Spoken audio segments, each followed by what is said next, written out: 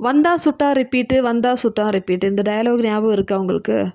மாநாடு படத்துல நம்ம எஸ்.ஜே. சூர்யா சார் அவர் சொன்ன அதே டயலாக் தான். ஸோ அந்த டயலாக் வந்து ஸ்ருதிகாவுக்கு ரொம்பவே பொருந்தும். ஸ்ருதிகா மட்டும் இல்ல, சும்மும். என்ன ஆயிடுச்சுன்னு பார்த்தீங்களா? 2 பேரும் ஒண்ணு கூடிட்டாங்க. இத வந்து நான் என்னன்னு சொல்றது?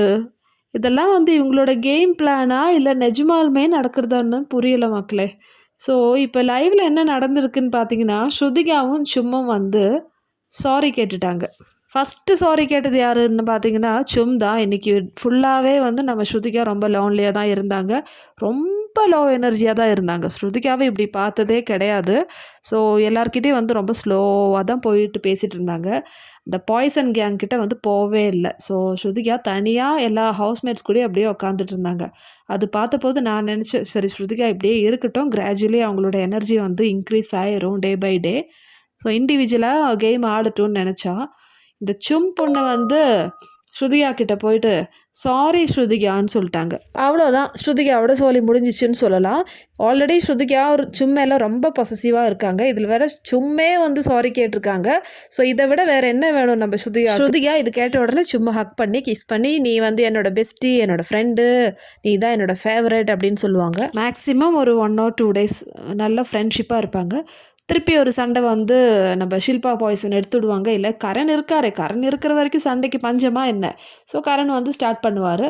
ஸோ ஆஸ் யூசுவல் வந்து சும்மா கரண் சைடு போய் பேசுவாங்க. ஸோ ஸ்ருதிகாவுக்கு வந்து இன்னும் வந்து ரொம்ப எக்ஸ்ட்ரீம் ஆயிரும். இனிமே சண்டை வந்தா ஸ்ருதிகாவோட நிலைமை என்ன இருக்குன்னு சொல்லிட்டு எனக்கு பயமா இருக்கு சீரியஸ்லி. இந்த சண்டைக்கே வந்து ஸ்ருதிகாவால தாங்க முடியல அந்த அளவுக்கு ஆயிடுச்சு. ஸோ இது எப்படி போய் நிற்கும்னு எனக்கு புரியல. சரி இப்போ சும் சொன்ன விஷயத்த சொல்றேன். Shrutika I'm sorry. என்ன இருந்தாலும் வந்து நான் உன்கிட்ட அப்படி கத்திருக்க கூடாது, அப்படி பிஹேவ் பண்ணியிருக்க கூடாது. என்னை மன்னிச்சிரு. தயவு செஞ்சு என் கூட வந்து படு. தனியா படுக்காத. எனக்கு ரொம்ப கில்ட்டியா இருக்கு நான் பண்ணது. நான் அப்படி பண்ணியிருக்கவே கூடாது ஸ்ருதிகான்னு சொல்லிட்டு சும் சொல்றாங்க. அது கேட்டு ஸ்ருதிகாவும் அப்படிலாம் இல்ல என்னோட தப்பு. நானும் வந்து பார்த்துருக்கணும். நான் அப்படி பிஹேவ் பண்ணியிருக்க கூடாது. சாரி சும் அப்படி பேசியிருக்க கூடாதுன்னு சொல்லிட்டு இவங்களும் வந்து சாரி சொல்லிட்டாங்க.